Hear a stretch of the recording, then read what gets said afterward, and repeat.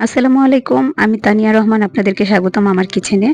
আজকে আমি তৈরি করব মসলা চা। শীতের দিনে এই মসলা চাটা খেতে খুবই ভালো লাগে। আপনারা ট্রাই করে দেখতে পারেন। তো আমি চুলায় একটি সসপ্যান বসিয়ে দিলাম। তো দিয়ে দিব এখন 3 টেবিল চামচ চিনি। এখানে 3 কাপ পরিমাণ চা বানাবো, তার জন্য আমি 3 টেবিল চামচ চিনি দিলাম। এবার দিয়ে দিব 3 চা চামচ পরিমাণ চা পাতা। আপনারা সেম রেসিপি ফলো করে আরো বেশি করে চা বানাতে পারেন। এবার এগুলোকে আমি নেড়েচেড়ে নেব, কিছুক্ষণ একটু ভেজে নেব চিনিটা একটু গলে আসা পর্যন্ত। তো যখন চিনিটা একটু গলে যাবে তখন দিয়ে দিব আমি পানি। দেখতে পাচ্ছেন চিনিটা একটু গলে গিয়েছে, একটু ধোয়া ধোয়া উঠে যাচ্ছে। তো এবার আমি দিয়ে দিব 3 কাপ পরিমাণ পানি।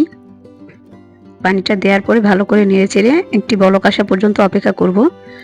তো আপনাদের কারো কাছে যদি আমার ভিডিও ভালো লেগে থাকে তাহলে লাইক কমেন্ট করে দিবেন এবং সাবস্ক্রাইব করে আমার পাশেই থাকবেন।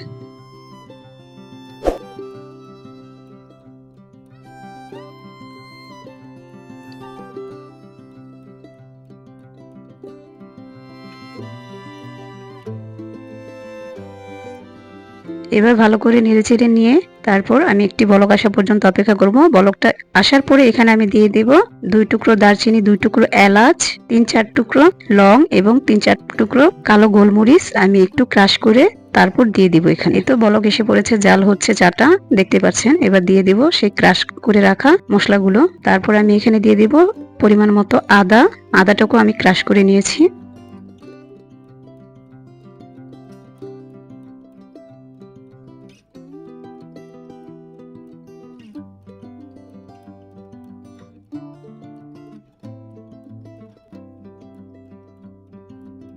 এবার কিছুক্ষণ জাল হওয়ার পরে এখানে আমি দিয়ে দিব গুঁড়ো দুধ। তো আমি এখানে 3 টেবিল চামচ গুঁড়ো দুধ দিয়ে দিব। আপনারা চাইলে গুঁড়ো দুধটাকে একটু পানি দিয়ে, সামান্য পরিমাণ পানি দিয়ে গুলিয়ে নিতে পারেন। তো আমি এভাবে দিয়ে দিব। তো আপনারা চাইলে সেম রেসিপিতে আপনারা লিকুইড দুধ দিয়েও চাটা বানাতে পারেন। এবার আর 2-3 মিনিটের মতো জাল করব, তারপর চুলা থেকে নামিয়ে নেব।